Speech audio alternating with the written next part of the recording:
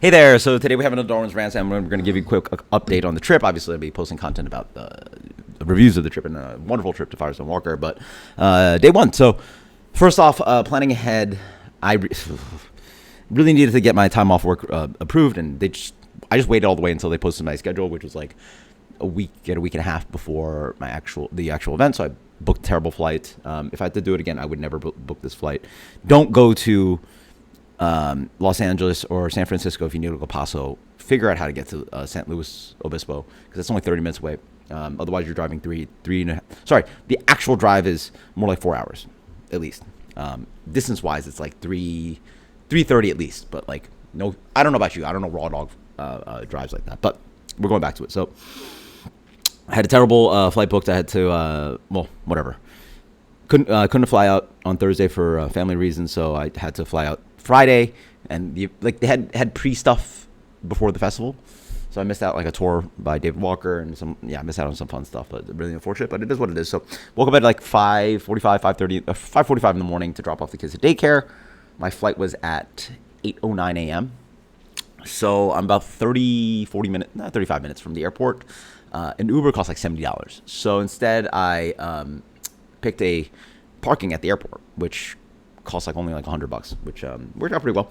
Unfortunately, I didn't realize if you pre-book, you only get Terminal C, which is the JetBlue one at Orlando, which you have to take Jesus Christ. Park my car, had to walk out of the parking garage, take a tram just to get to the regular terminal area, because originally Orlando only had terminals A and B. Walk all the way through the terminal, then go through security. Thankfully, TSA pre-check, which wasn't actually that fast, but it was all right, 10-15 minutes.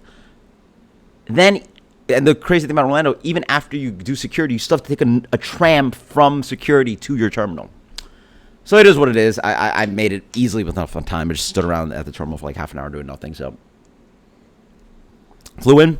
So this at one point I made a decision. So obviously, I'd rent a car, flying into San Francisco. I needed to go to El Paso. So one move is to do Turo. If you never use Turo, I do recommend it. It is Airbnb for cars. I've had different situations. I've had times where the best situation I ever had was when I was in Dallas-Fort Worth, and I really could probably look into how that was done and just only do it that way. Pretty much, they'll park a car at the garage that's at your terminal, and you just pick up the car. Like I don't know if they leave the key in there. I forget how it works. I forget how I got it, but anyway, I got a key, and it was really easy, and it was just sitting there, and I didn't have to wait, because the problem when you rent a car, just like in San Francisco, I didn't realize, at Orlando, you just go to the exit, right? Like you terminal, I'm leaving, and I'm leaving, I'm going to take an Uber, but right there's all the rentals, and boom, you're right there, you get a car, boom, figure it out. Unfortunately, in San Francisco, you have to take a tram that's like 15-20 minutes around the airport to get to the car rental shop. See, that's the thing I wanted to avoid, because I've done it before where you rented a car at the airport, but you still have to meet somebody at the airport that will shuttle you to offside of the airport. Then you can pick up your car. And again, after whatever, I don't care how short your flight's been, the last thing I want to do is spend, because that process is almost up to 30 minutes to an hour, right? Like, I got to coordinate with finding somebody. Then they got to drive me over there. Then I got to wait in line to get the car. So, anyway, just landing from my plane. Sorry, whatever. Let's just say I got off the plane. Getting off the plane to actually getting in a car took me almost an hour. Like, that's a good chunk of my trip. My flight's only 5.5 hours, right? Like, that's a long flight. The whole hour just to get a car? That's right? So, big mistake. Next time, probably do Turo, and then ideally get it picked up out of a parking garage, and just not have to do with the waiting and trams and stuff. So that was a mistake. So now I got to drive to, I landed, it's around noon-ish, and now I got to get to Paso Robles. So you just take 101 and just go south, and you just see mountains and agriculture. Just long drive, dude. It's a solid 3.5 hour drive, but I'm a human. I long flight from a plane. I like to drink a lot of liquids. I get bored, right? So I'm drinking a lot of liquids. I also plan on drinking that night, right? So you got to hydrate yourself. So I'm going to make 2, bathroom stops. So, 3.5 hour, 4 hour trip, it's all of a sudden 4.5 hours, right? And I'm not even long. Just first gas station out there, piss, grab a water to leave. I don't mess around, I don't hang out. I unfortunately listened to ChatGPT. I was like, I'm in California. Like, I got one meal before I get to Paso. Like, I've got to get something awesome. I honestly, I for sure should have stopped by some of these like decent rated places like outside of the airport in San Francisco. I decided to like listen to ChatGPT. It's like, oh, like, you know, what's a good place on the drive? I don't know where to stop by. I actually like speak a little bit of Spanish, but Qualdera? I forget. It was some dink. Literally just, it looked like it was in Texas. There's just sand and nothing. There was like a Mexican restaurant and train tracks, and that's it. I was like, oh, this must be good. It had a 4.1 on Google. I was like, oh, man, that's middle of nowhere. Like, ChatGPT must know. Like, this must be the good place. I don't know where they got their information. It was not a good meal. You know, I'm in California. Like, there's very few opportunities for me to eat food, right? Like, you know, Firestone's going to feed me at this event. I'm going to feed, you know, I'm going to get fed here. The hotel's going to feed me for breakfast, right? Like, so how many opportunities do I actually get to try, like, California food? Like, I literally haven't, just say I've never been to California. I went, like, once when I was a kid or something, a couple times when I was a kid, but, like, I don't remember anything. I need to try California food. Right off 101, it was just a dinky-dunky place. It wasn't even cheap either, right? Like a burrito and a drink cost me like almost $20. I was literally in like the middle of San Francisco, and that's how much it cost me for a burrito. It was not very good. It was fine, like whatever. And that's such a shame because like I'm only there for a few days. Like every meal, like I wanted to be awesome. So wasted a meal there. It was fine. I ate half of it and then took the rest back to the hotel and had it that night, right? Driving. Bro, what a long drive.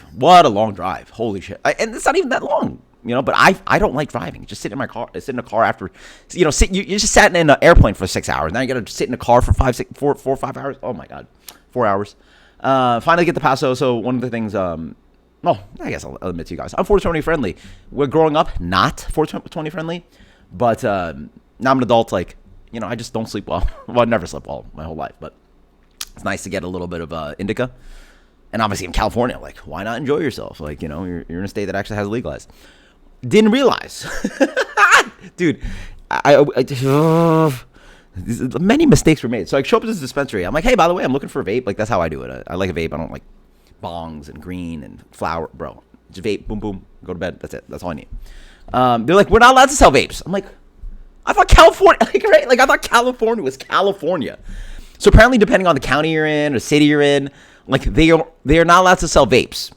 So then I got to order on a kiosk, and then some motherfucker has to drive and deliver it to me. I don't know where he's coming from. Why can't I just meet him? Like, where's he getting it from that I can't meet him? And she's like, well, I was like, so I just felt bad. I was like, well, if you don't sell vapes, where can I drive to buy them? She's like, oh, there's none in the area, but some guy can deliver it to you. I'm like, what?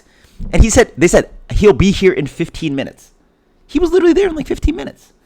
That's crazy. So how close was he? So anyway, now you got to pay a delivery fee. I had to tip the guys. So, you know, like it was not cheap, but cheaper. How about this? If it weren't for the delivery nonsense, it would have been cheaper than New York, but still, whatever. So then I finally check into my hotel. Thankfully, like they got me a really nice like corner king suite. Awesome. I got a nice package when I got in there, but now it's like by the way, I'll tell you about it. That was a 14-hour day. So I woke up at like, let's say 5:45. I didn't check in and get into my hotel until pretty much 4:30 Pacific time.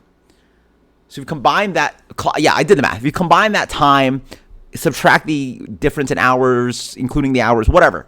I was up door to door for 14 hours, like bed to bed, waking up in bed and then because definitely I laid down. Took a shower, laid down for like an hour and a half, then went to the barbecue event at pretty much where Firestone Invitational took place the day after, but also the night before. They invited all the brewers and the media people, including myself, to a free dinner in the State Fair area. So it was really quite nice. The weather was beautiful. That's one thing I know about California. Love the weather. It gets cool at night. It's dry, crispy. Even if it's foggy in Florida, San Francisco, I walked out. It was like, it's not humid and sticky. I just flew in today. I was like, ugh. So, love the weather. It was an outside event. Had a little bit of food. Got to hang out Beer with Alan. If you don't know, Beer with Alan is on Instagram. He has 330,000 subscribers. He's by far the most popular person on craft beer social media. So, humble guy, regular little dude, Loved hanging out with the guys. So shout out to Alan. He's definitely not watching this bullshit.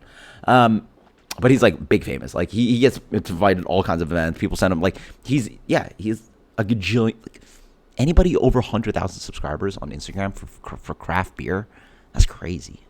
And I'm not even like, I don't take pride in like what I post on Instagram and all that stuff, right? I don't go too crazy on that, but like to get to that many, he's at 300. Yeah. Anyway, he caught the social media bug. So congrats to him. But yeah, they had a couple drafts pouring, had a little bit of food, and then like I really honestly definitely should have got seconds.